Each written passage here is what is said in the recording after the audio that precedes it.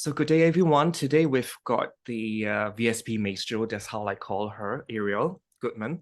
And we've got her to sit down and talk about probably one of the most important conflicts that arose in recent times, which is what's going on in Israel and Palestine. So good day, Arielle. Hello, Donnie. Nice to have you. Nice to be with Uh, you. This is our YouTube channel for the VenusStarPoint teachings. So one of the reasons we wanted to talk with you about this, Donnie, is yeah. we've had an ongoing series about how the Venus Star Point works in people's charts, but usually we're talking about people. Occasionally we talk about how it works in countries' charts, but it really has a lot to do with world affairs. Wouldn't you agree? The transiting Venus stars, how it affects everybody. Oh yeah, I mean that's how I apply transit VSPs, at least in my application. I do include like what's happening at large and what it actually symbolically ties back into the, well, I shall call it the alchemical spiral of the Venus star points journey in Yeah, it transit. is an alchemical spiral too. That's a good way to put it. It is a Yeah. spiral. Um, I'm not so connected to world affairs and mundane. I know you are. I'm going to ask you some questions that get your viewpoint on things. Um, I'm This is a horrible thing. Since I woke up that Saturday a week ago with the news of the war beginning, I've been in deep shock and pain, as much of the world is. And war affects us all on this tiny little planet. We are all sensitive to it, no matter how far away it is. But more than anything, than just a war, this is a big war because it does affect pretty much the whole world. Everybody is becoming so polarized on this subject, and and even taking sides. And this is not something I want to do. I think both sides are right. I think both sides are wrong. I think, there's got to be somewhere in the middle where we can meet. And hopefully, with all this Libra energy and the Libra eclipse, that the bottom line will be that there can be some meeting in the middle as a conclusion. Because that's the thing about Libra. There's every chart we're going to look at today has a lot of Libra in it. And we're going to be looking at the archetype Libra in action here, right? I mean, Libra, well, at least how I know Libra is basically the seventh house energy, but the Yeah, seventh house energy is also the one that's the most tension filled as well. yeah. That's how I view it Because it's because opposite the self, right? It's it's the like here am only, I, and then there is everybody else. because if you think about it, among the 12 zodiacal signs, only Libra has an inanimate object to represent itself, the scales. The rest, Hmm. they usually have some kind of human or animal representation. But Right. for Libra, it's a very unique case. It's scales. It's the only inanimate object. So a little bit Yeah. tip, when it's tipped off, it whole thing topples. So it's so delicate, I would say, but it's the most tension filled as well. Yeah. Yeah. Yeah. There's even a theory that goes way back, which I don't want to get into now, that Libra was more or less squeezed into the zodiac between Virgo and Scorpio a long time ago. That it wasn't thought of as a constellation, but then it became a constellation of the zodiac of the 12, because the 12 is a unique number. It matches the months. It matches, it's mathematically very easy to divide the circle into 12 and all the different ways we interpret it. But anyway, we're going to try to be speaking as objectively as possible. I've never asked you this, Donnie. We've worked together before. You're a Venus Star Point student and teacher, one of our trained teachers.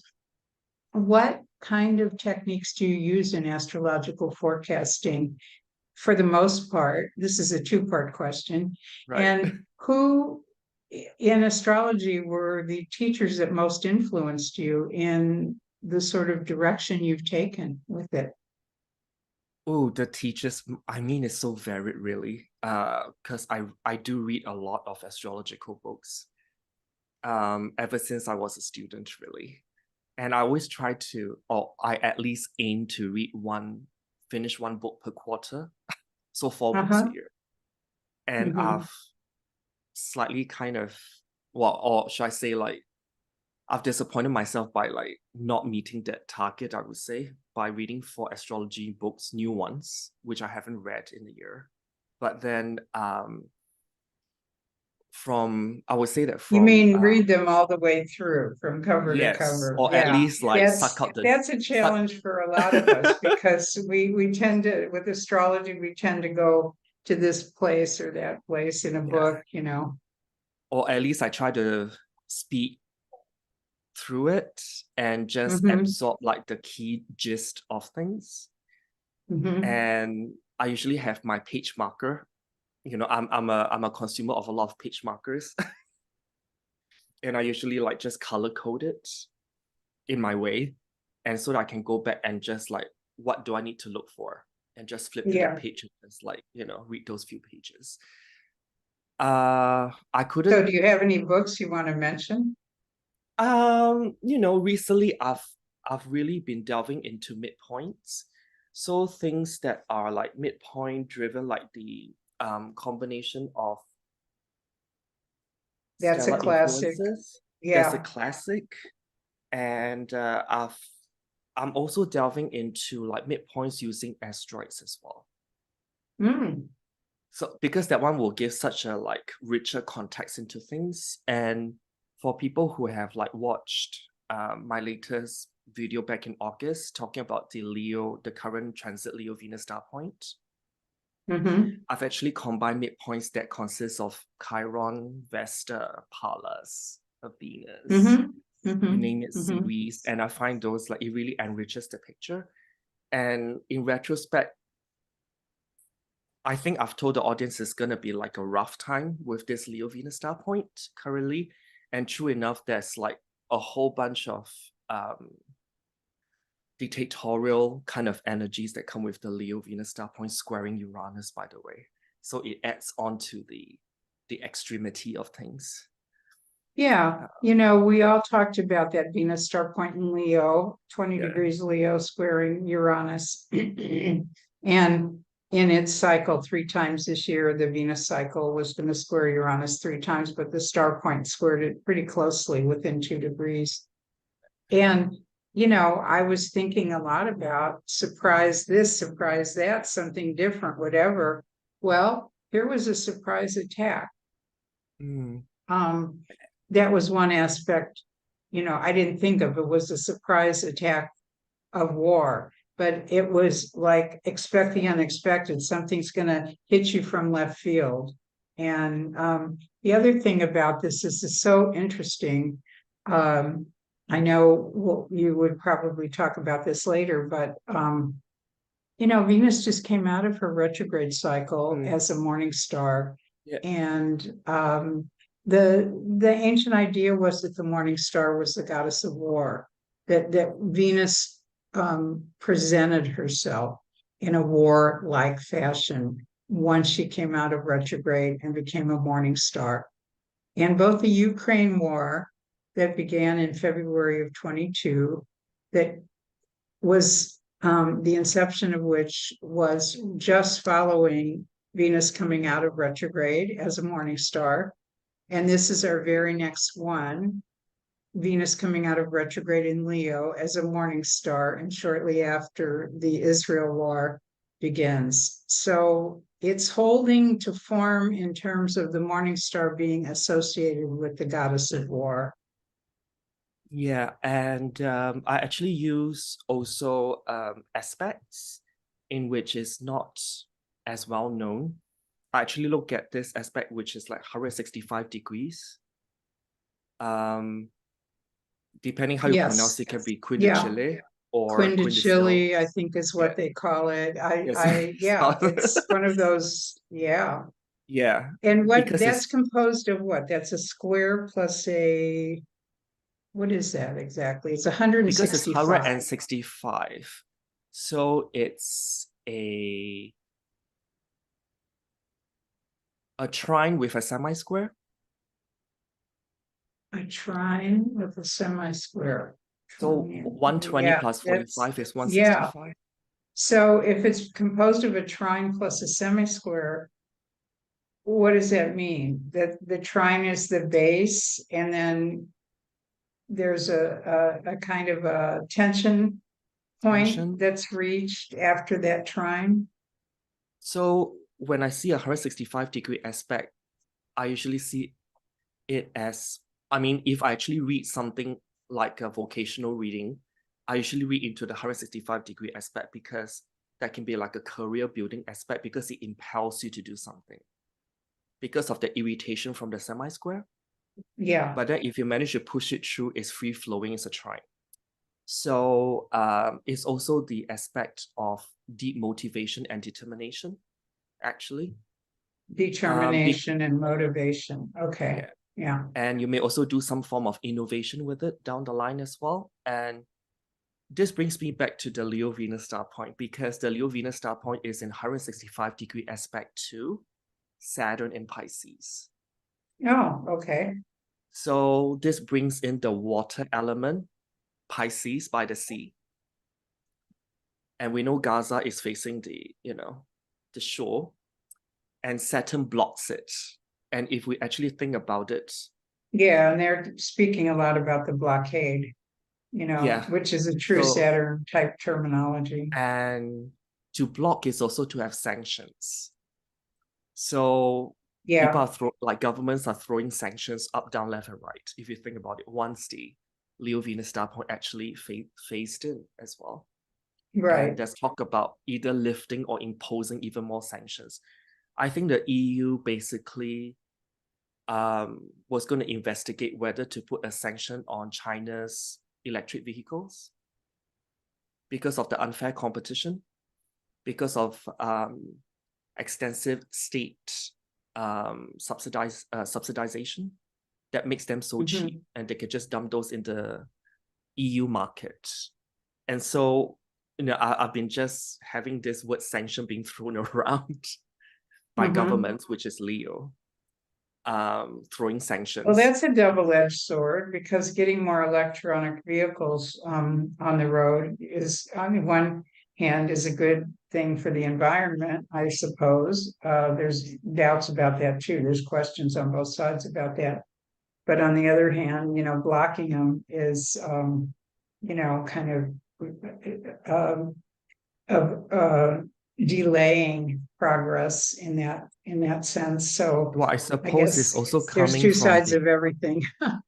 the competition side because how about the EU car makers? It puts them at a disadvantage whereby you can buy a China EV vehicle for like much less. So of course politics is very tricky. There's always the skill again. Yeah. Libra. And where we are going with this.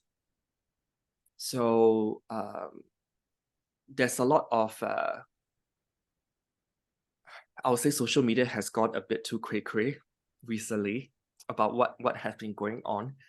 And I've also been looking at what's the implication of internet censorship that's coming up pretty soon. I think the EU has really introduced something like the Digital Services Act recently this year that aims to like restrict Haven't heard information. about that yet. Yeah, I think it's recently passed. So, but it's like not many people know about it, but I've been just diligently be doing my research. And also what's going on in I know you're Gemini. I know you're Gemini, and you're filled with so much information, so many facts. You read a lot. You do read a lot. You always are presenting a lot of um, interesting details that I haven't heard about. And I read a fair amount too, so I'm trying to stay on top of things. One other point I did want to mention, though, that you've probably noticed this too. Saturn and Pluto both have their south node in Capricorn. on or around the same degree of the eclipse in Libra, which squared them. We just had this eclipse in the last few days. We're actually recording this on October 16th. The eclipse was 3 days ago on 2 days ago, October 14th at 21 Libra. And the south node of Saturn and Pluto are both around that point, around 20-ish of Capricorn. So I'm thinking, wow, and this was a south node eclipse on the south node of the moon. So what does it mean to have the south node of the moon and an eclipse on it square to the south node of Saturn and Pluto? I mean, doesn't that sound like some pretty big themes playing out right now? I mean, it just tells me about destabilizing foundations, Yeah. literally, because Saturn Pluto, when you wrote Saturn and Pluto, is literally like that. On one hand, since it's a It's square, also death. I mean, I it's also remember death. looking at the Saturn-Pluto conjunction of 2020 that beforehand, when we were all looking at that, didn't know how it was going to happen, but it's always the fear of collective death. When Saturn and Pluto come together, there's usually going to be a lot of heads rolling and people dying. A very unfortunate fact. But and because Saturn, somebody in authority makes that decision that certain people are going to die now, because that's And just the way it has to be. and Saturn is that authority figure, right? And Pluto is that eruptive energy that's is almost like volcanic in nature. So there's a lot of protests going on. I suppose we've seen either on social media or people that we know who partake in Yeah. protests. And so it is a very supercharged eclipse. I must say that people. I'm sure the audience can hear that my throat is a bit gone. I've been feeling unwell leading up to that Libra eclipse, actually. Yeah.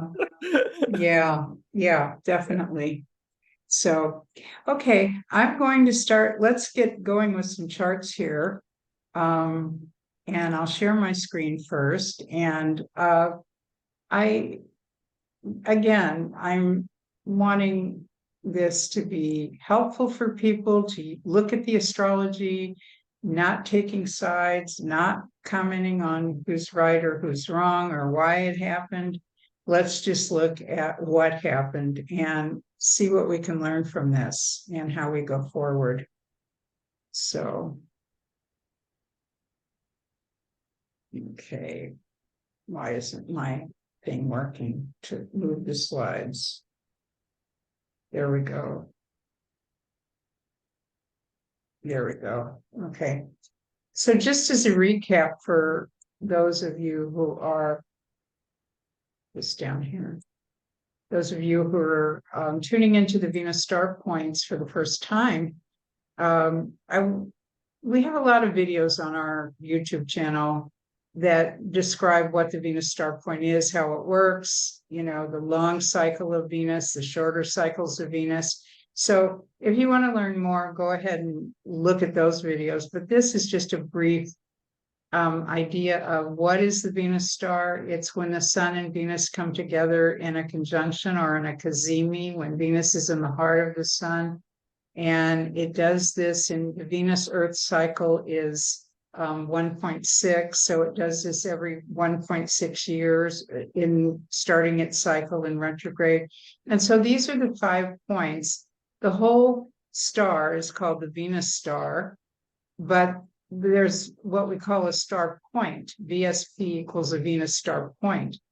And so each of the 5 points individually is a star point in and of itself. And each of these star points, starting at different times, lasts for about 100 years through a sign. And they change signs at different times. So they're not all changing together. But right now, we are clearly in a change period, a changeover period. And ever since I started working with the Venus star, I've been talking about the 2020s as a very big changeover period, because we are leaving behind the 100-year transit of the Venus star through Scorpio and going into a new 100-year cycle of the Venus star point into Libra. So Libra is showing up on the world stage right now in a big way and will be for the next 100 years.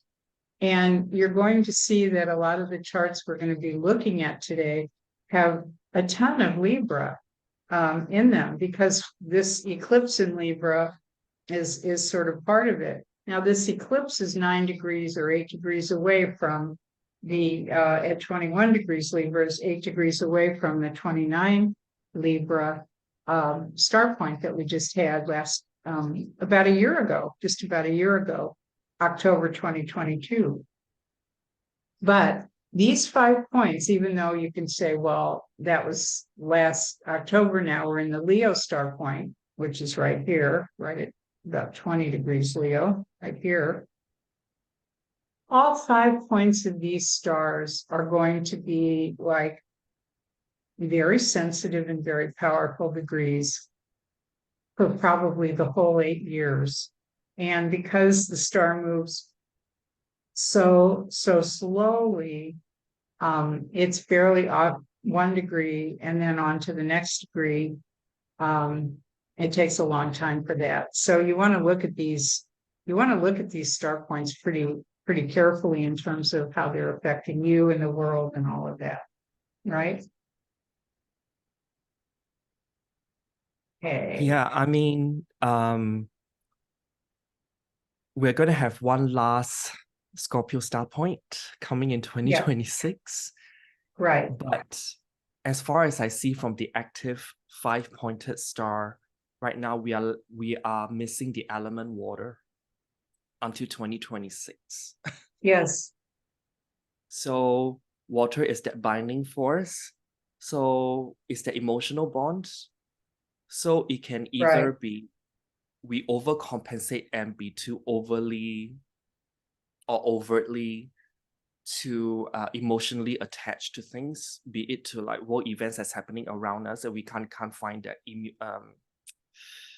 emotional peace within. Yeah.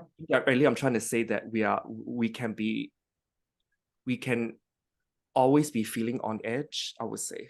Yeah. Yeah. Well, when there's no water, we overcompensate. Whenever there's not an element in a chart, we tend to overcompensate. Right now, the world is feeling the no water, and the overcompensation is extreme feeling, but it's feeling fueled by fire, because we have double fire on the star. We have Leo and Aries. And so the feelings come out in a very hot, fiery way. There's rage, there's anger, there's violence, there's the expression of, people are impatient, they're reactive to everything that's going on. There's not a sense of really kind of absorbing the feeling and dealing with it from the inside. It's just a feeling hits, boom, bounces off the wall and comes back out at you, And there's double air as well. So anything that's like broadcasted or news-wise, it's super reactive. Because I do feel that water is the assimilation kind of energy. Yeah. So instead of assimilation, it's just pure reaction, I would say. Right. Yeah. Right. Exactly. Yeah. So, okay. So that's the basic. Now, this is quite interesting. What I'm going to do, I'm going to move this like that, so it won't be hiding my screen. So let's start with Israel's chart. There's a lot that you can say about this chart. People used to ask me, oh gosh, 20 years ago or more, 30 years ago even, when will there ever be peace in the Middle East? Because it seemed like there was always one war, then another, or some kind of skirmish or some kind of, activity going on. So I basically said, whoa, looking at Israel's chart, maybe there won't be peace until it gets a new chart. And, I kind of said that off the top because, looking at their chart, you can see it's pretty intense, especially with that 10th house. And we're talking about Saturn and Pluto, and the south node of Saturn and Pluto. that we're experiencing right now with this eclipse. But, Israel has a Saturn-Pluto conjunction in the chart, and it's a brand new cycle of the Saturn-Pluto. They had just come together, and Saturn's just starting to move away, but definitely an orb. But Saturn's there sitting between Pluto and Mars. And when you take this chart and put it on an astrocartography map, and then you have the black moon opposite, what you see is on all sides of Israel, there's enemy, which is true, and it shows up in the chart. But getting back to the star point, it was born as an evening star, Virgo evening star, and it was born in 1948 after World War II as a place, and after the Holocaust, as a place for the Jews of Europe and the world to come together to find a home, to find a homeland. But it was very complicated because there were Palestinians living there already. And so other world governments made this decision that they were going to bring the Jews here to this home. And yet it involved part of it involved the forced relocation of other people that were already there.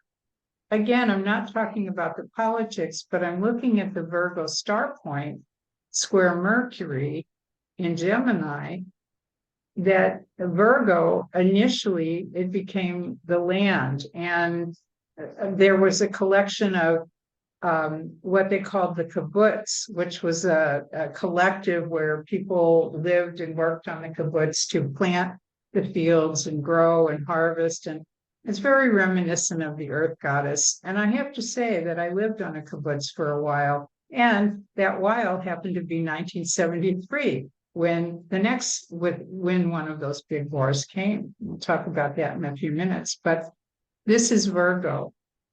Now, we have a situation on the Venus star point where sometimes you can be born at the end of the star point cycle, or let's say at the end of the Venus cycle, before it's going to change or make a cazimi to the next star point.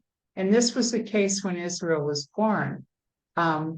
It was born in May of 1948, but in June of 48, a month and a half later, basically Israel progressed to the Cancer star point. So it went from an evening star to a Cancer star. And this is another thing that I did not pick up on, although a lot of people do follow this, and I would like to hear your comments on this too. But the Venus retrograde this year, 2023, went retrograde on Israel's Mars, 28 Leo.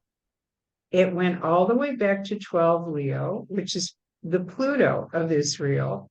So it made both of its stations, which is a really powerful time for Venus when it stations, or any planet when it stations forward or backward. So it basically stationed on Mars one direction, Pluto the other direction.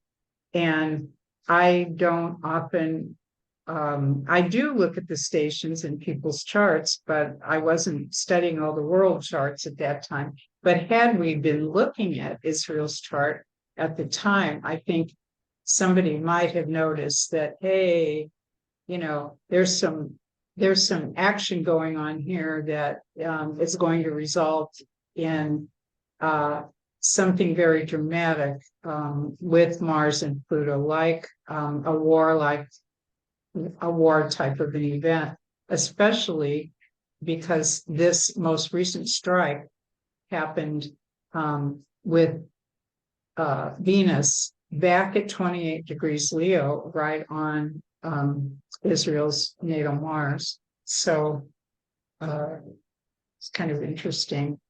The other one thing I'll say, and then I'll, like feedback from you, was that at about age 40 is when this happened, this progression.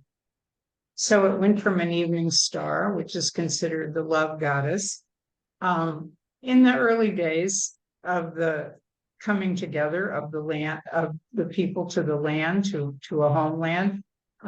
We had the love goddess functioning.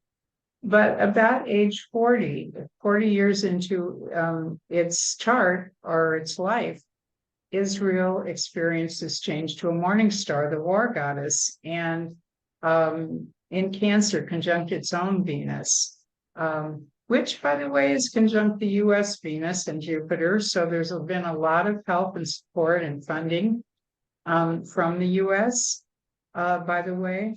But this is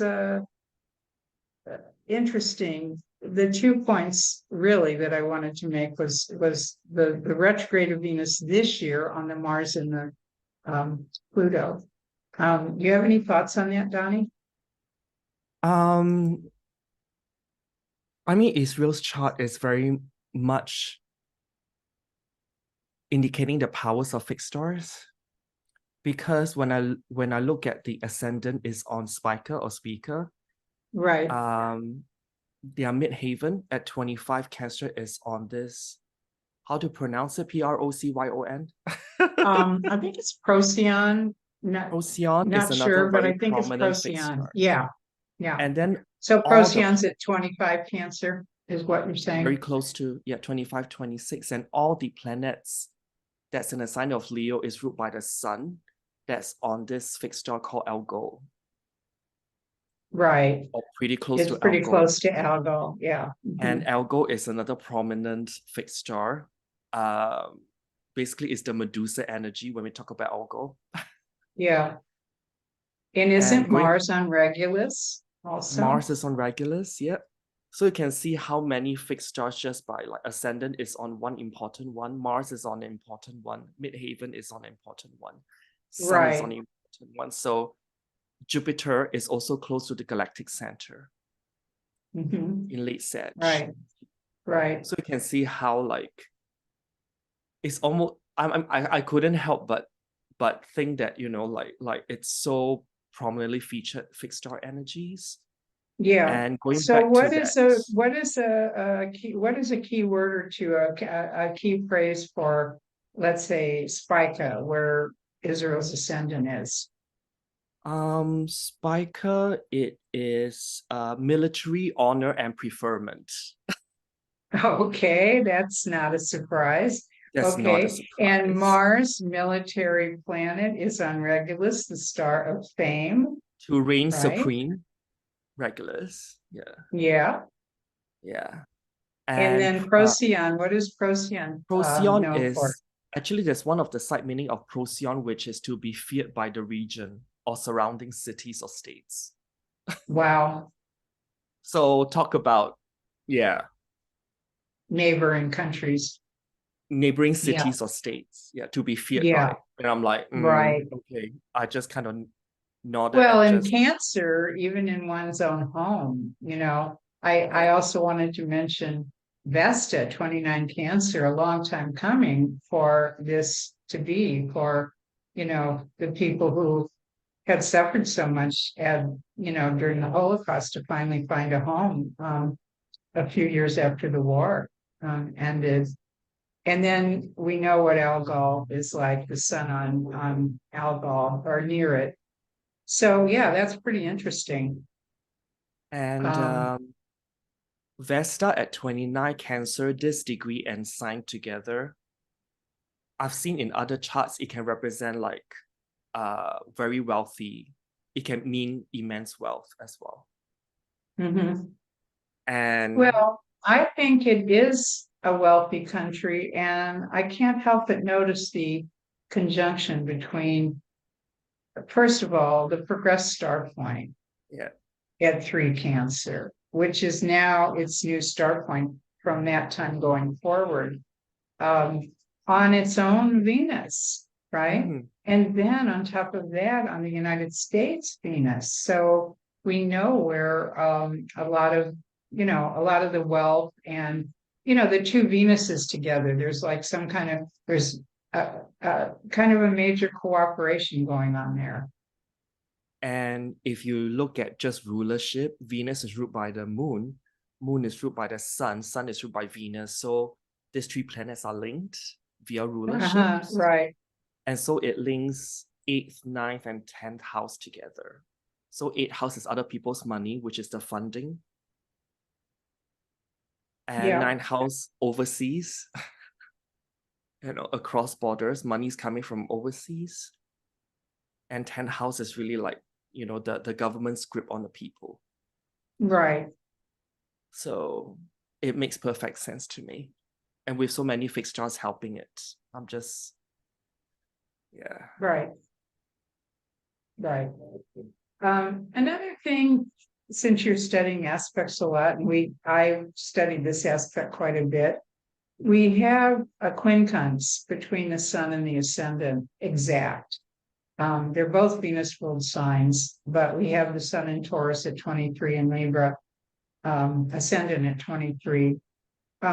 So what do you make of that sun just inside the 8th house quincunx the ascendant? Because the ascendant is here I am world, here I am. Yeah. And then the sun is kind of slipped into the 8th house, which is kind of a behind the scenes house.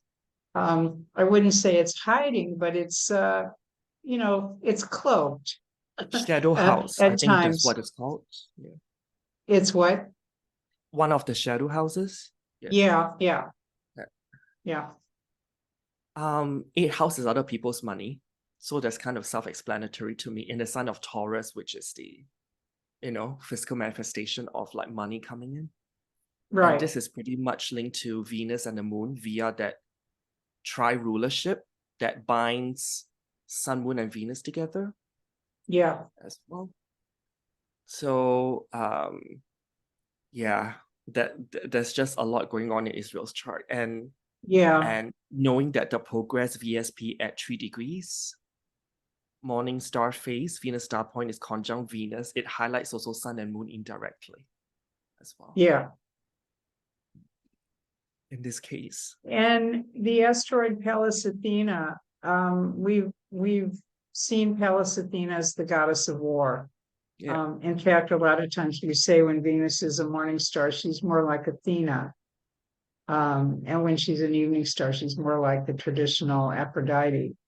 But there's Athena on the 7th house, and we know the 7th house to also represent open enemies. And we also know that that having a planet right on the 7th house cusp like this, exactly opposite the ascendant, is almost like there is somebody stationed at the border. In other words, every time you interact with another person or any entity outside yourself, if that planet is exactly opposite you, it's like there's a guard there. There is some kind of interaction that you have to go through that planet in order to really connect with another person. And I think that the goddess of war is sitting on the border there of the 7th house is an apt description of what has happened all through the history of Israel's existence. I mean, they've got no there's shortage there's guards at the border everywhere. And Pallas Athenas is also trining that Mars on Regulus. So it's a very well-developed system of that, that many very well points. And Jupiter, look at Jupiter down there. It's a grand trine. It's a grand trine. And Pallas Athena in mythology, if you don't know the mythology, and I'm speaking to the audience here, of Athena, I would say she was actually the daughter. Athena was the daughter of Zeus, and pretty much his favorite daughter, and pretty much the best relationship he ever had with a female was this father-daughter relationship. And so Athena is also referenced and interpreted in many people's charts as the father's daughter. Now, that can be a strong, healthy relationship, or it can also indicate a weakened relationship. So here we have Jupiter and the father and the daughter in a good, strong fire trine with Mars there as well. So there's a unity in that. Yeah. And Mars and Jupiter are both on very potent fixed stars. One is on the galactic center, one is on Regulus. and they're both sending Yes, their rays to Pallas Athenas. So it's like, right, in terms of right. military development, they've got it hands down, I would say. Yeah. Yes, and um, a lot of sadness, a lot of suffering, and a lot of wounding going on here too, because the sun is opposite Chiron, and it's pretty close to an exact opposition. And so, really, even in the birth of Israel's chart, there was a sense of suffering and pain to begin with, right? That happened even pre-birth. And that was part of, that has been part of the history of the country. And not to mention the fact that we have, the different aspects of Scorpio here, because we have Chiron in Scorpio, the South Node in Scorpio, and then opposite the sun in the eighth house, which is really Scorpio's house. And all of them are pretty much squaring that Leo configuration at the top and Black Moon at the bottom. So yeah, it's a pretty intense chart. I mean, it's got a lot of glory, and it's got a lot of heroism, and a lot of good effects for winning wars and strategies and battles and all of that. But it also has some sadness, some pain, some suffering, and some just different aspects to it that are going to cause it to, I think, with an eighth house sun, you're always going through periods of Crises. crisis. Yeah, that's a good word. And also Yeah. Mm-hmm. Sun Chiron opposition, alienation is real. The alienation factor. Yeah. The sun Chiron. Yeah, Sun Chiron opposition is the alienation, right? Right. Yes. Yes, definitely. And So squaring that Black Moon Lilith is that it emphasizes that alienation, being the yeah, outsider, especially with the Aquarius. Aquarius. Yeah, right. Mhm. It's an exact Because square to the sun, the Black Moon, and then I also to think Chiron. as we are taping this, there's also like now Lebanon is involved and Syria is also involved as well. Yeah, which have And been historically involved in attacks against Israel as well. So that when we look at the history, they have been involved. yeah, it's Okay, quickly developing. let's Yeah. move. I'm going to move on to this is the war that I'm most familiar with, because I was living there in 1973, and I was living on a kibbutz, and somebody came running through the volunteer headquarters, and they were yelling, to the dining hall, there's a meeting. And so we went to the dining hall and found out that we were in a state of war. And of course, what a shock. That was a surprise as well. And that was during a Mars retrograde in Taurus, not exactly on Israel's sun, but it was in Taurus and opposite Mercury.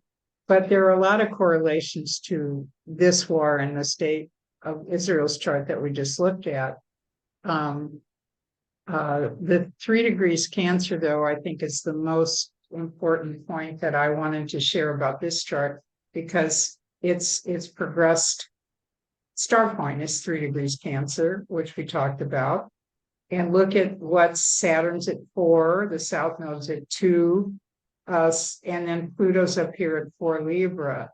So there was a very tight Saturn-Pluto square going on at the time of this war. 2, Israel's Venus, which we saw at 4 Cancer. Venus's star point at 3 Cancer.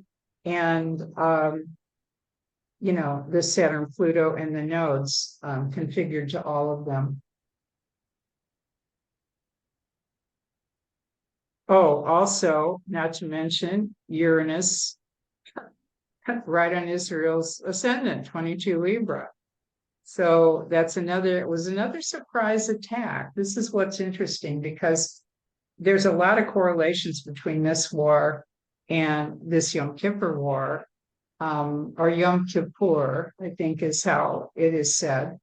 But this war chart and the current one, 50 years later, have been compared quite extensively, and there are many, many parallels, and I can move on to that unless you have any comments about this chart, Donnie?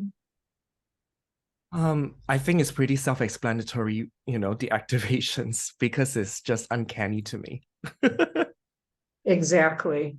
I Yeah, mean, it's uncanny. this is Yeah. why this is why astrology is so interesting because it really does tell a story, doesn't it? Okay, so here are the parallels. Here's Israel on the inside and Hamas attack most recently on the outside. October 6th was the exact 50th anniversary of the Yom Kippur War, 1973. That was a surprise attack. This one was a surprise attack. Uranus was involved in both cases, then on the ascendant, now on the sun. Then, interesting. 1973 was a holiday, Yom Kippur. That's why they called it the Yom Kippur War. And the borders were basically deserted. I mean, there were some people at the borders, soldiers at the borders guarding, but it was a high holy holiday, and most of them were at home celebrating with their families. 2023 was also a holiday.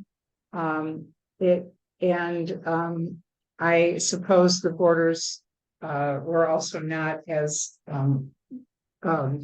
heavily protected as they normally are. 1973 was an invasion on three fronts, all land, but three different areas where they had broken through the border. 2020, and it was three countries actually at that time that had done it. 2023 was an invasion via three modes, air, land, and sea. So yeah, Israel's defenses were down both times. What was surprising to everybody this time around was with its world-renowned intelligence, how did this one slip through the radar?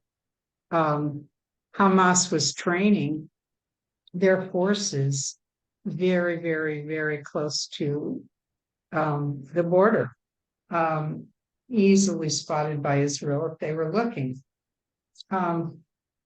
Hamas has been receiving funding from hidden sources. Uranus on Israel's sun, eighth house. Again, we talked about other people's money. And the sun's in the 12th for this attack. Okay, Uranus is in the 8th. We were talking about the shadow or the dark houses. Very weird. Pluto transiting Israel's 4th house, Uranus transiting Israel's 8th house, and the sun and the eclipse on Israel's 12th house near the ascendant. So,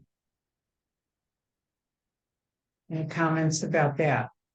Actually, this is very much tied to, I think, one of my social media posts earlier, I think some weeks back.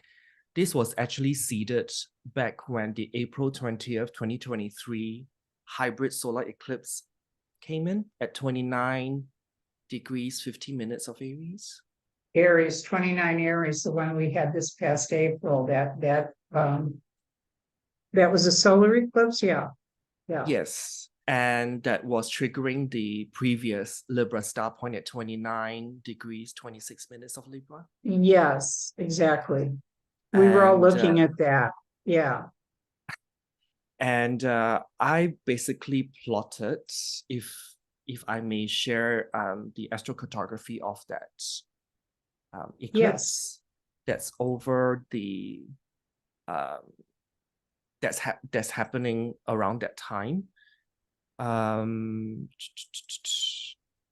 Okay, can you see the chart here? No. Do I You'll have to probably need stop to my unshare. share? Yeah. Yeah. So Okay. this is the What? astrocartography of the 29 degrees, 50 minutes Aries hybrid solar eclipse that happened on 20th Okay. April of this year.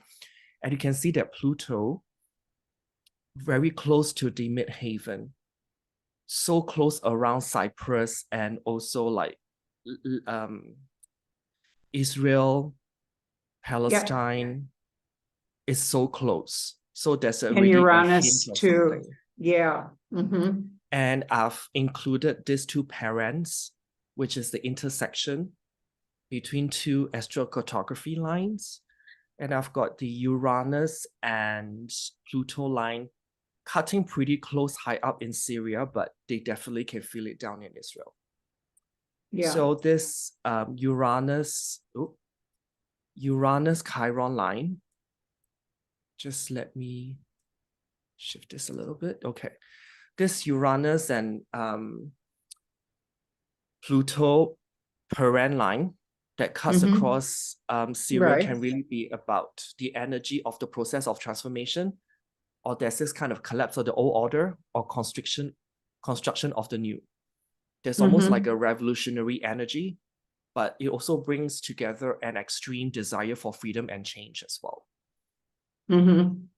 Last Well, but not this is amazing that you are posting this, because I'm looking at this happened last April, and Uranus and Pluto Paran is a pretty big deal. yeah. And look at it right through the Mediterranean. What have we had all year? We had a big giant earthquake in Turkey, in southern Turkey, right on that Uranus Pluto. We had fires in Greece. Again, devastating fires in Greece and in Spain and in Morocco. We had, didn't we have an earthquake in Morocco, or something happened there that caused a lot of damage? And, all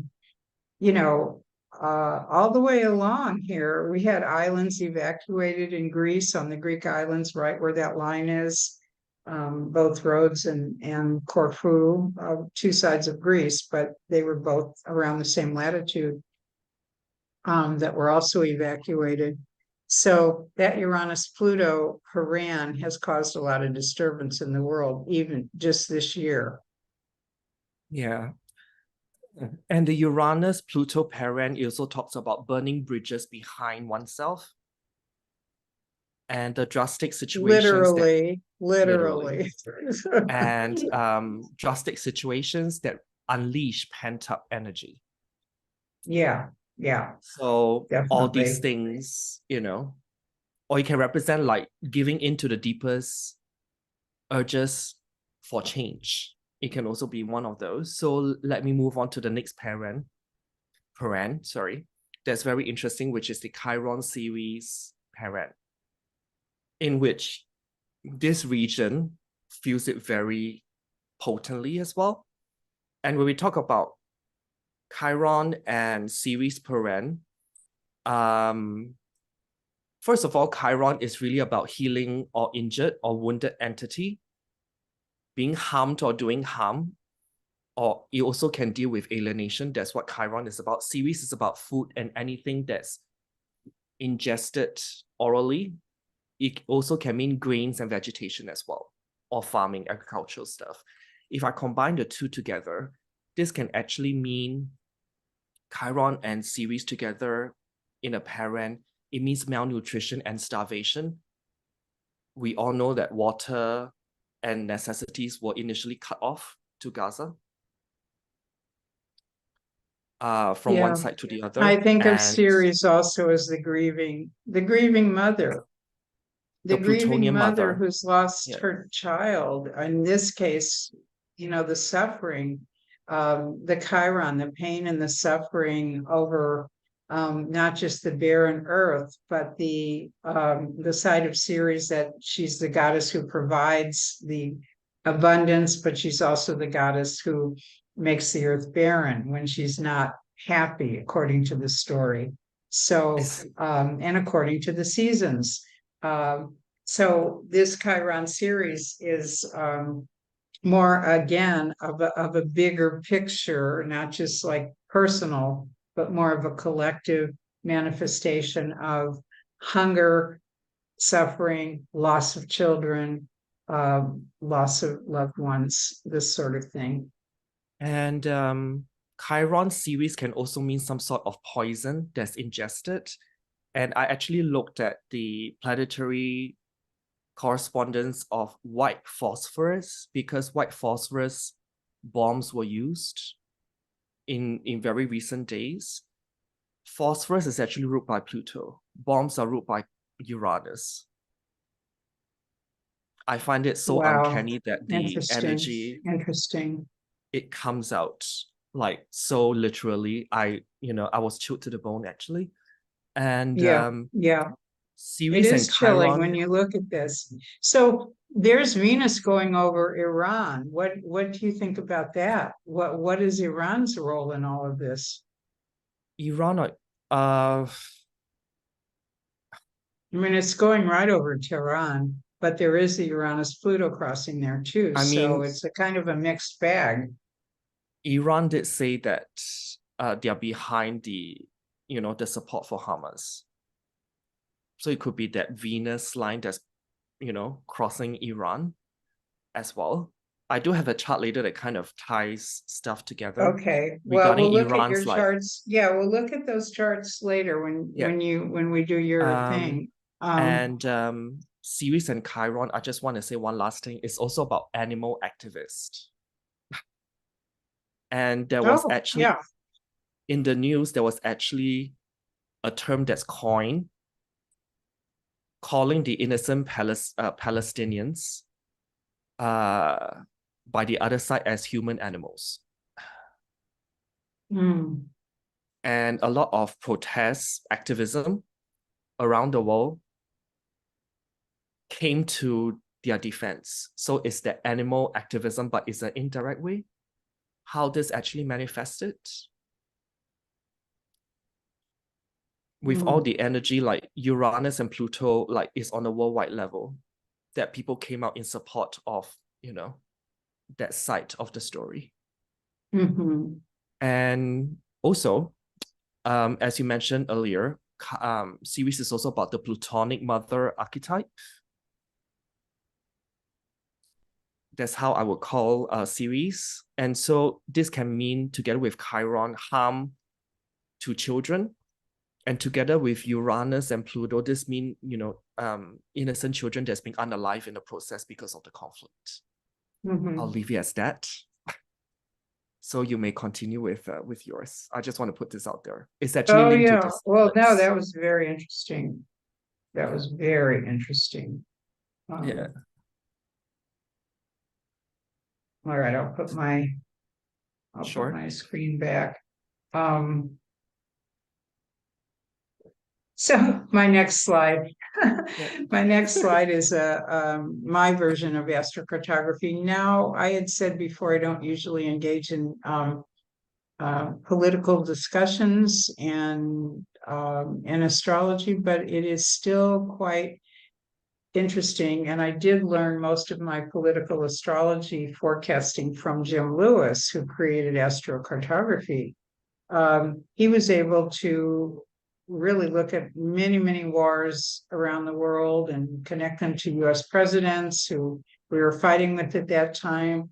And, he had numerous articles on that subject, but I won't go into all of that now. Just to say that when you see something passing over a certain place, it's kind of interesting. Jupiter has been kind of hovering over 15 degrees Taurus, which is a world point. The world point is, 45 degrees from zero cardinal, 15 degrees at fixed. So Jupiter is sitting over the Middle East right now. And this is the geodetic map. I'm using the geodetic map than actually a timed map at this point, because the timed map, well, that says something, but this says something bigger picture, where these planets are going to be there for a while, especially the outer planets. So I wanted to show how this is Israel's natal chart. This is Israel's natal chart with what they were born with. And as you can see, it's got Mars here at the geodetic IC, crisscrossing or Paran with Hygeia, another goddess of healing, similar to Chiron, but definitely implications for health. Okay.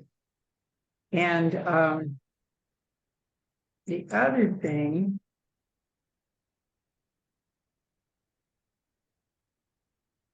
actually, this is not the natal chart. This is the transiting chart. This is the transiting chart. I was trying to think, no, this can't be right. I'm looking at this going, no, this can't be right. This is where Jupiter is right now. This is the transiting chart of the Middle East, of the geodetic map of the Middle East, where everything is right now. So I circled Tehran because there's Saturn and Uranus forming a Paran quite near it with the black moon there. Here's Israel. The Jupiter retrograde is moving towards it. So it's moving towards the scene of it's here right now in Iraq, but it's moving towards the as it's in retrograde, it's moving towards Israel. Here's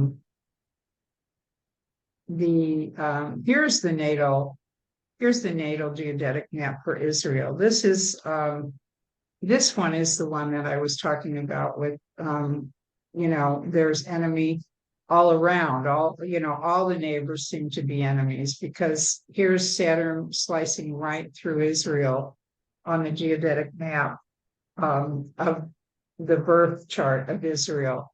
Now, what does that mean? Saturn on the ascendant. You've got two different people, two different groups, probably more than that, but let's just say for now, two different groups living in Israel occupying that land. You've got the Palestinians, you've got the Israelis or the Jews. And the basic pattern here with Saturn slicing right through the middle of the country is it's almost like Saturn does represent walls and borders and boundaries. So it's almost like you've got a wall between two important factions of the country, literally. It is kind of the build the wall type of an energy anyway. And then it's surrounded Egypt. Pluto is in Egypt. And Egypt in past wars has been the one who's done a lot of the who's been involved in a lot of the initiation of acts of war against Israel in Israel's history. I don't think it's been involved this time around. At least I haven't heard anything about that. Correct me if I'm wrong, but I think there was a peace agreement between Egypt and Israel a while back, and maybe they're holding to that agreement.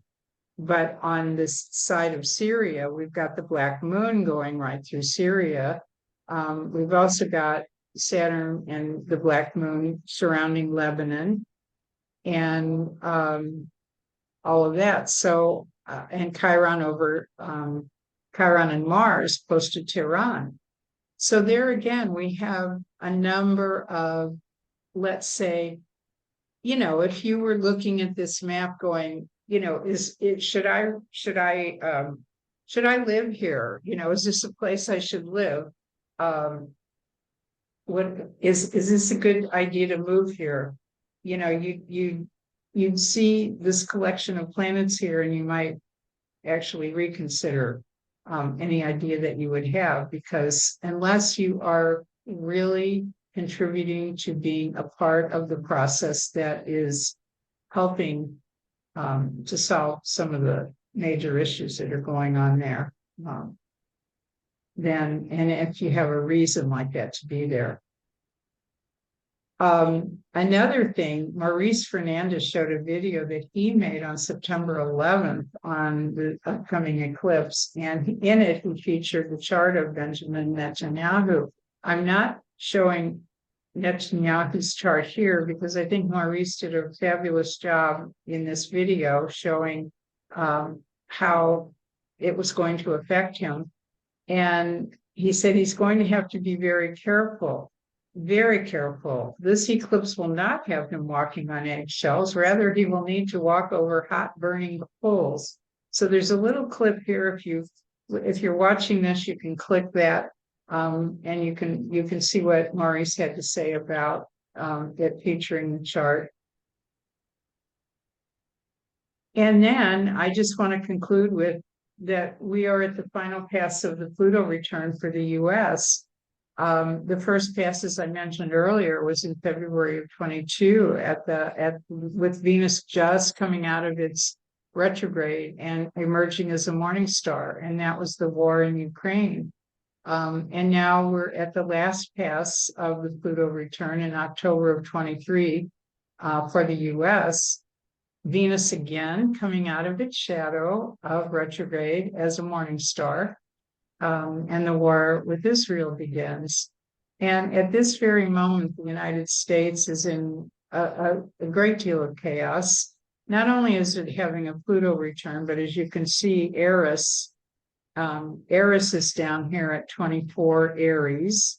Eris, the goddess of chaos and discord, is also coming to square that Pluto and is within orb. It's exactly on the nodes, and Mars is on the other node. So you've got Mars and Eris. And by the way, in mythology, Mars, whose Greek name was Ares, Ares, and Eris, Eris, were siblings. They were brother and sister.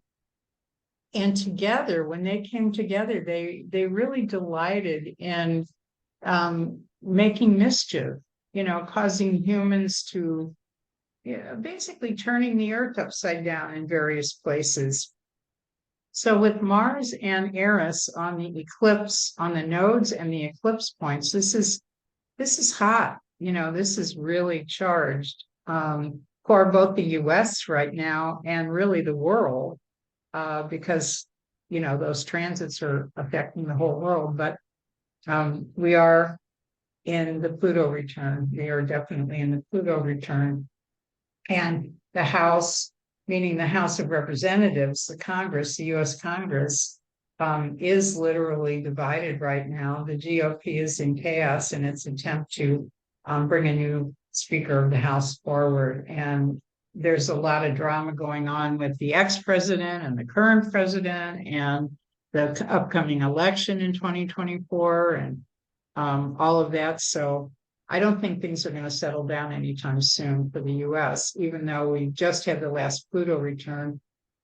The other thing I wonder about, and I sometimes, feel a little bit curious about, is that Pluto is in the second house of the United States chart. Now, this is the preferred chart of the United States. I have to mention here that there are several others out there that propose a Scorpio rising for the United States, or a Gemini rising, or even a Virgo rising I've seen.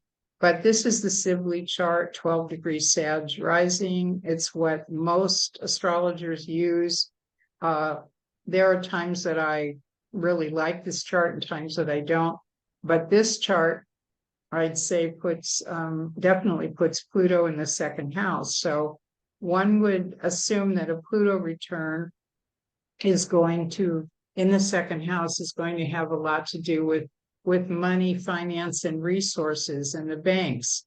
And a lot of astrologers were looking at this Pluto return as, what's happening with the money markets and interest rates and all sorts of things, the economy of the United States.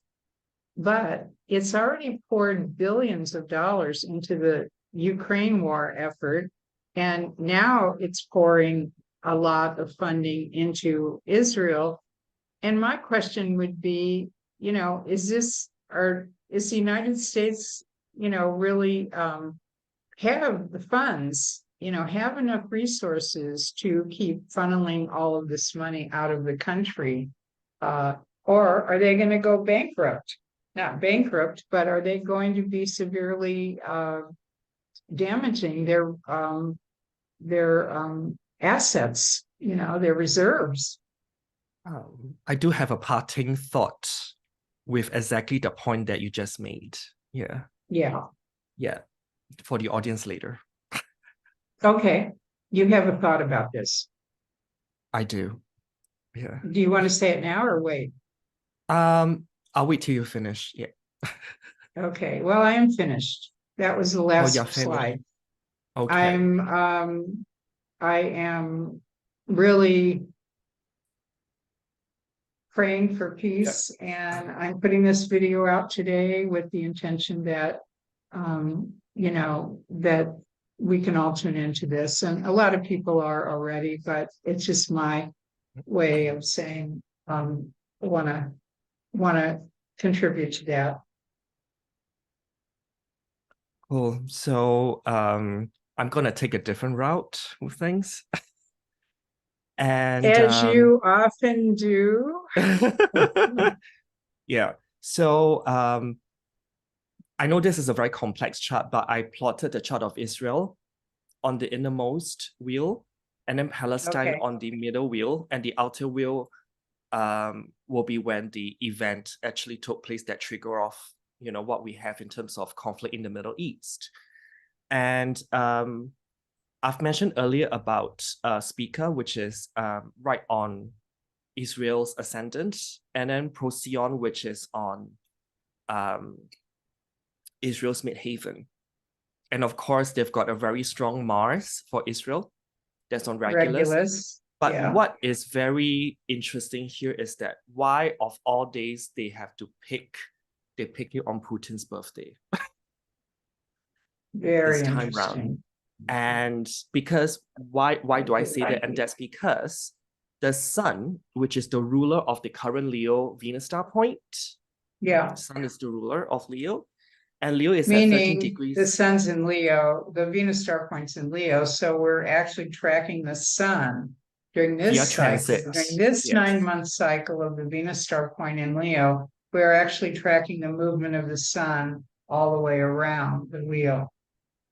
Or the transit sun can serve as a trigger that's linked to the Venus star point in Leo.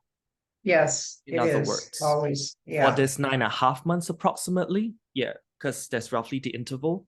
Yeah, it won't go a full year, but it will go for about 9+ months. Yeah. 9.5 months on the average. So Till the sun June. is, June 5th, I think next year. So Yes. tracking the sun's movement will be what I'm looking at. And sun at 13 degrees of Libra. 13 degrees of Libra is also on this fixed star that's called Algorab, which is the energy of the crow. The crow. And Algorab is also very much linked to terrorist attacks, by the way. And there's the Putin connection. That fixed star at 13 Libra is terrorist attacks. Yes, it's linked to that. Yeah. Okay. And if we So actually that sounds like algal, but it's not algal. Algorab. You're saying it's a different. Yeah, Algorab, Algorab. Yeah. Algorab. Okay. Yeah. So it's symbolized by the crow. Okay. And it's in the 12th house. 12th house, there can be like a double-edged sword. On one hand, it can be very stealth attack kind of energy. But because it's in that's definitely true for Putin. Yeah, but the other secret attacks. Yeah. But the other hand, because it's 12th house and Libra, it can also be inferring. I know it's a bit, because I'm always Gemini, I'm providing both sides of the story. It's a stealth attack, but it also can be an inside job as well. An inside job meaning it also can, I'll leave it as that. Inside job can be, because if we think about things in a more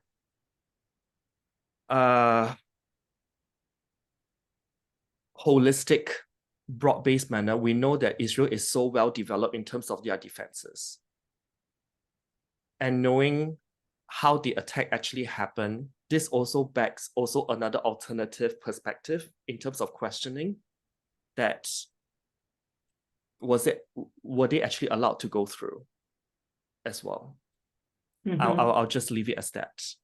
And I've highlighted using color coding, all those in blue. This can represent like the damage and the mass destruction of what's going on with the water, with the food, with the fuel being cut off to Gaza. This is very much indicated by those activations that's in blue over here. Yeah. And Oh those my God. in That's a lot. and those in deep purple are actually demonstrating like Israel is so well developed in terms of intel, the intelligence on the military level. And there's like this two kind of very contradicting narrative. And that's how I basically zoomed in on that transit sun, which is on Algorab, the crow, in the 12th house in Libra. That just passed by Israel's Neptune, which is in their 12th house. And the transiting ascendant on the day of the attack is pretty much bang on Israel's Neptune in the 12th house. So, 12th house again behind the scenes. Something but fishy. That means that Neptune's permanently in Israel's chart at that degree of that Algorab, that fixed star. Close to. It's roughly Very 3 degrees close. away. Yeah. Okay. And Libra represents transactions. 12th house is behind the scenes. So I don't know what's being transacted here. I'm just saying some deal making in the background going on. Yeah. So there's more than meets the eye, I would say. And the other thing that I want to spice up this presentation, I suppose you can call it that, is whether... So you've got the chart of Palestine in the middle. Can we go back to that for a moment? That last slide. I haven't really seen too many charts of Palestine. You're basing this on its creation in 1988. 15 November, yeah. That's when Palestine was created, was in 1988, because I have a date when Hamas was created in 1987, December. Or 2007.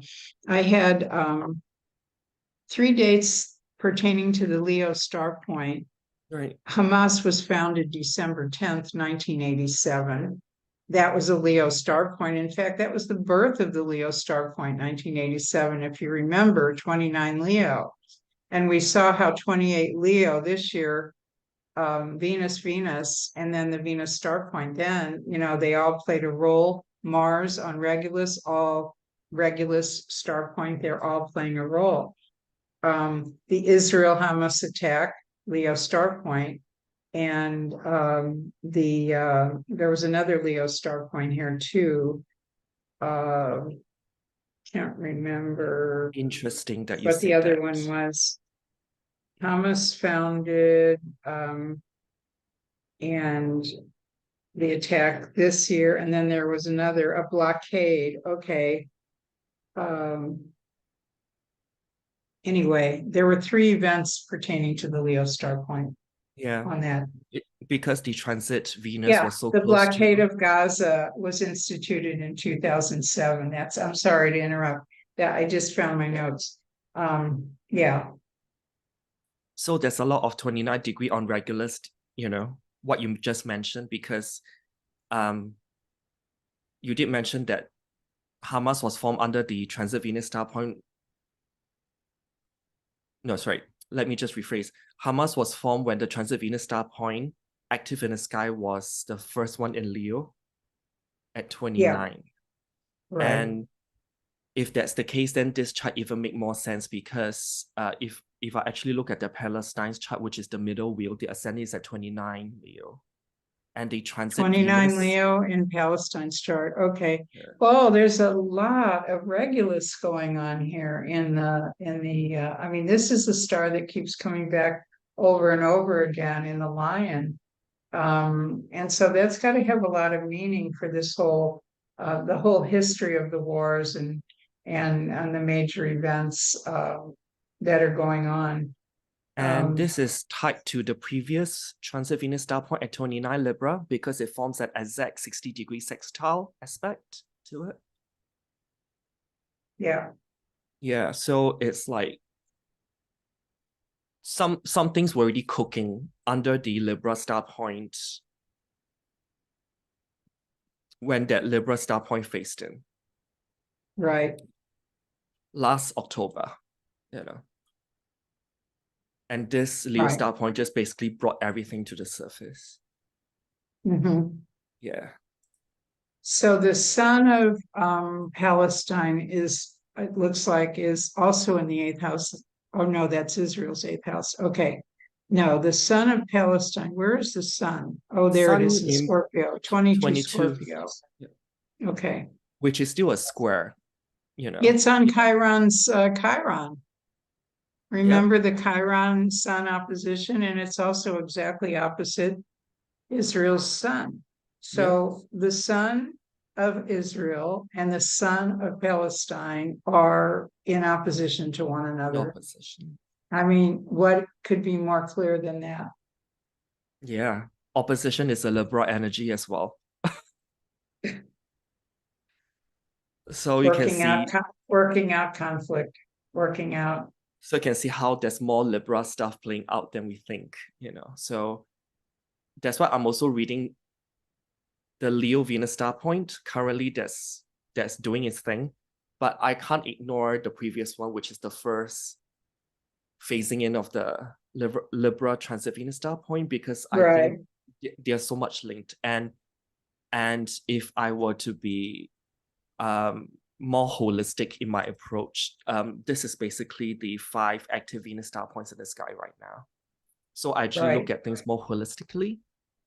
The head of the Venus star is at Leo, and then to the left is the receiving side, to the right is the giving side, and then I'm looking at all 5 points. Yeah. Right. To just give a more holistic pentagram analysis, I suppose you could call it that. I call this a pentagram mandala. And okay, the next chart is also going to be a bit, So is this country involved as well? Because the country on the innermost wheel. So tell us what we're looking at here, each individual. Okay. So the innermost wheel is the wheel of Iran, because they actually came out and say that yes, we are helping Hamas. So this was the creation of Iran in 1979, the middle wheel. So we're looking at everything on the outside in relationship to Iran's natal chart. Is that what you're saying? Okay. Because Iran came out and said that yes, we are backing Hamas. Okay. So it'll be interesting to look from that perspective, and anything that's stacked on top of Iran's chart is like giving that that background influence of stuff, you can call it that. And in the middle, okay, so the second chart, yes, is the leader of the CCP, and he's got a lot of activations from this current transit Leo star point. I've highlighted all those in brown or deep red. I think it comes out as brown. He's got a lot of planets at 20 to 21 degrees of a sign. So that's very much in the line of fire by that transit Leo star point we have now. And on the outermost, I've replotted the chart of the attack itself. Okay. And I just want to see whether is there any linkage between the middle chart, whether the leader of this country is somehow involved.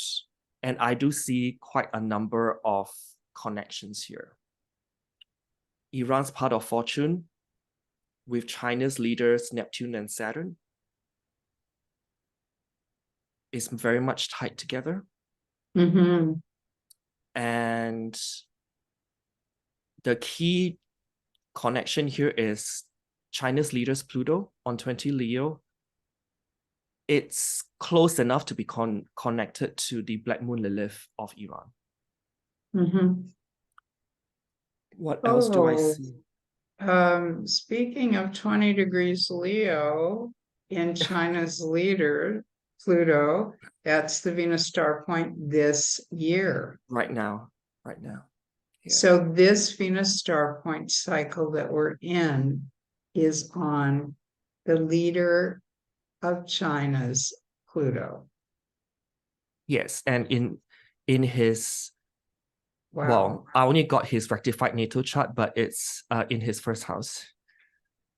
He's got a Leo rising. But is that is a pretty accurate day of birth, if not time, Yeah. right? The time is rectified, but it doesn't stray far because I've tested this chart a number of times. Yeah. And it still Okay, holds up. and but the date, of course, the Yes. time won't matter. Pluto's always going to be at 20 Leo in Yeah. in his chart. Right. And if we just zoom a bit backwards into the Libra Venus star point at 29 degrees 26 minutes, I've highlighted the connection between the charts using the boxes in, you can call it magenta, I suppose. And Iran's Jupiter is exactly squaring that star point at 29 Libra in the 8th. I see. Yeah. Mm-hmm. And then you've got also a connection between China's leaders, the China leaders, Pallas Athenas, with Iran's moon in Iran's sixth house. Yeah. So sixth house can be debt or some money that's being transacted in some way, shape, or form. Mm-hmm. Or there's some kind of perfection energy because it's a Virgo house. But in the sign of Taurus, it's more like financial stuff as well. And going back to the current transit Venus star point at 20 Leo, Iran does have their Neptune in Sagittarius at 20 degrees. So they've been pretty upfront. They say they're involved with this. And this leads me to think, after whatever linkages that I've found, that, yeah, somehow this country is involved as well, together with Russia. That's what I'm alluding to. Okay, quite a conclusion. All right. So, well, not a very pleasant topic to be discussing, but neither is this whole situation we're facing right now. Neither. But I just want to like open up the conversation to even a larger thing. There's one last thing I want to display here. So what's the end game here for the US if they are actually somewhat involved? This actually links to one of the rarer meanings of Venus. Venus, one of the meanings can be triangulation, which means the power of 3. So people are saying that we are already entering like World War III. But then I actually still see another one that's being stirred, this time in the Pacific, which is Taiwan, coming up. And if I were to go back to the chart of Israel, the transit moon is at 20 degrees. It's 5 degrees away from the midheaven of Israel. If I use the power of progression, so it's 5 degrees difference between the transit moon and the midheaven. So I'll be anticipating something in around 5 months after this event actually started on 7th of October, which is March 2024. Takes us to March. Yeah. March 2024.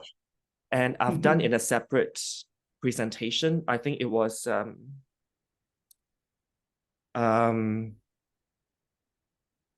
think it was earlier this year that I did mention that after end of March, the whole thing regarding China and Taiwan, all bets are off.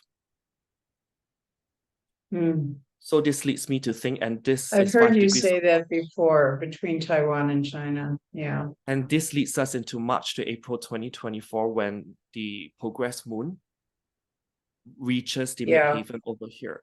So there can be like another huge thing coming. So right. what's the end game here? Okay. Yeah, what is the Venus, end game? Venus triangulation 3, power of 3. So one is Ukraine, one is now it's Israel, Palestine, and the next one can well be Taiwan, China. Wars are very expensive Yes. to fund.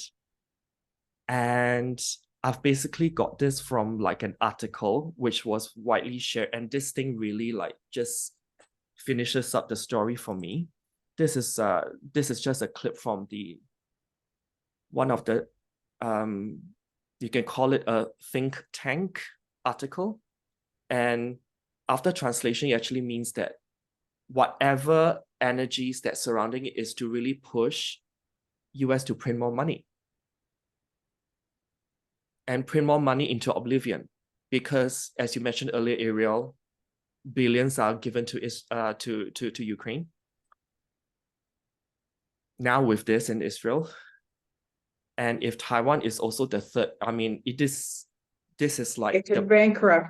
It could yes, potentially bankrupt the US, is what you're saying. And it's what I was looking at with the Pluto return in the second house was how is it affecting the financial health and well-being of the United States? But we haven't gotten there yet. So, let's hope we don't get there. But definitely it's going to exhaust the resources or definitely put a second house resources, yeah, in the yeah, US chart, yeah, and Pluto is there. So yeah. with the return, this can be that. And Mhm. I think that's enough. I've got some more, but yeah, that Yeah. can be saved one at a time.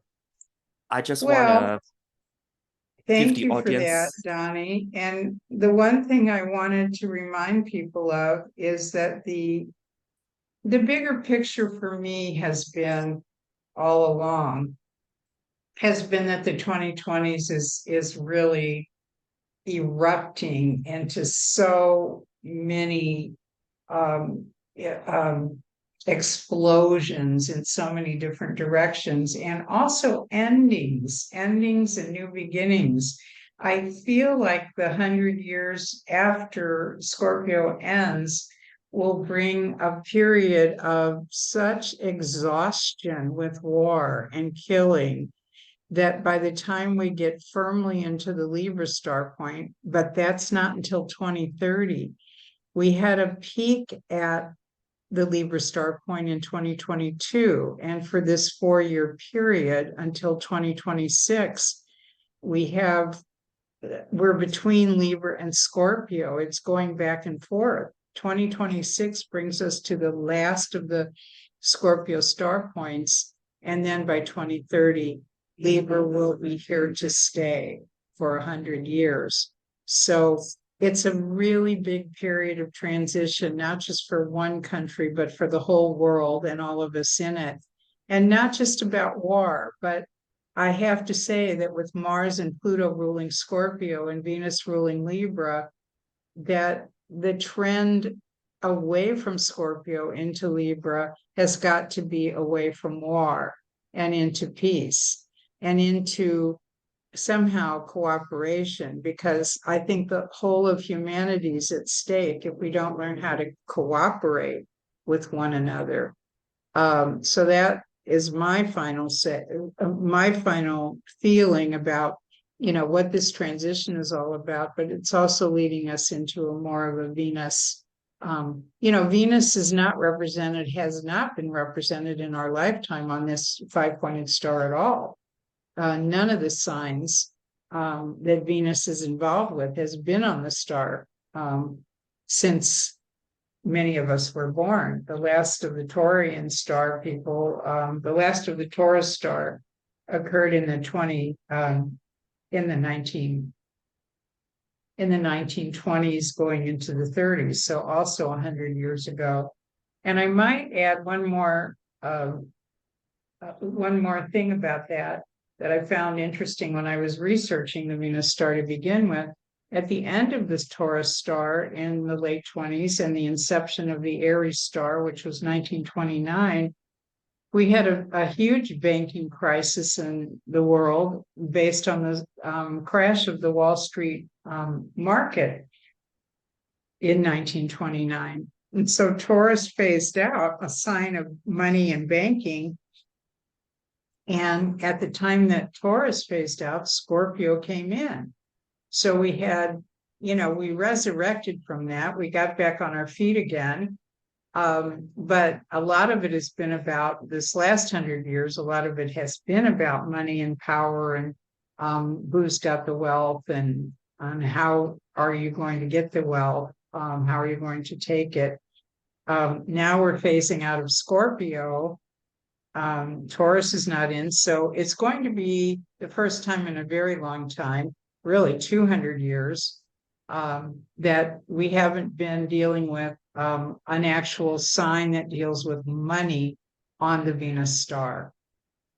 So I think the way we do business, the way we trade, the way things are happening, we're going to be moving away from the whole question about what is money, how do we use it, what is it based on, what you just said about paper money, is that where it is at? Probably not. The whole idea of currency and value is going to be changing. Or the usage of currency for hegemony purposes. Yeah, that too. Also that as well. Yeah. Well, Donnie, thank you. I know it's a very loaded conversation, but I just had to It's say very what. loaded, and we've gone quite a while now. We've gone about an hour and a half. So I will talk with you again soon. Tell everybody where you can be reached.